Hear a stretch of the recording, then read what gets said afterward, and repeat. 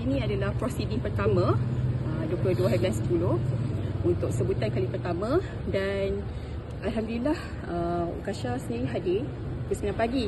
Seawal 9 pagi dah hadir dah mahkamah hari ini. Pihak defendant Cik Kamal Adi ni pun tak hadir. Adi tak hadir tapi diwakili oleh peguam syar'i. Jadi disebabkan ketidakhadiran pihak defendant pada hari ini, kita tak dapat meneruskan kes.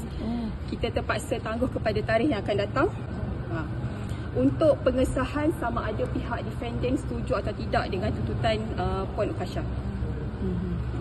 Itu saja setakat ni. Puan, kalau bukan 1 hari bulan adalah tarikh yang difilekan. 1 hari bulan memang confirm tarikh yang pihak plaintiff kita filekan. Ya, betul. Puan, kalau boleh tahu tujuan perceraian tu dibuat atas apa ya? Tujuan perceraian alasan biasa, tiada persefahaman. Kalau under section 47 memang alasan tiada persefahaman. Untuk alasan yang lebih, kita tak boleh nak pas kat sini lah. Sejak bila tiada persefahaman? Sejak bila? Dia nak tentukan tiada kesefahaman sejak bila tu?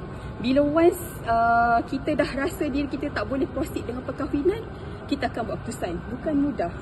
Okey? Itu je. Ini bukan sesuatu yang mudah untuk dibuat kan? Jadi mungkin... Ya, Ukasha? Ukasha katanya dah tak serumah, betul ke?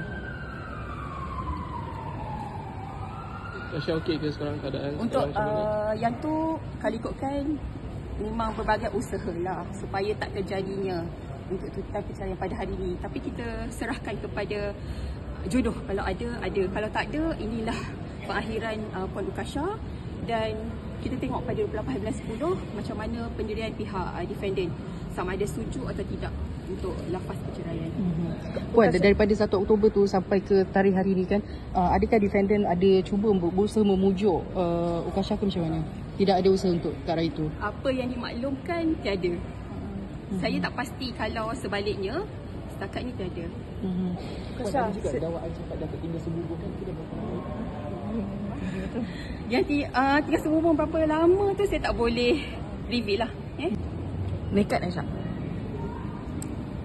Syah, tengok posting Kamal sebelum ni katanya dia masih sayangkan Syah. Itu posting tu berapa bulan? Saya file berapa? 3 hari lepas. 3 hari lepas? So, maksudnya dia dah tahulah ada kes. Tapi dia boleh tak datang ke next perbicaraan ni?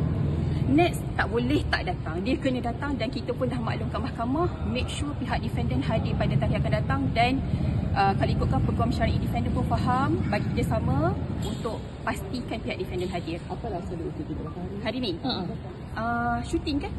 Betul? Shooting. Katanya ada shooting, saya tak pasti. Tak lama ke untuk Syah buat keputusan ini?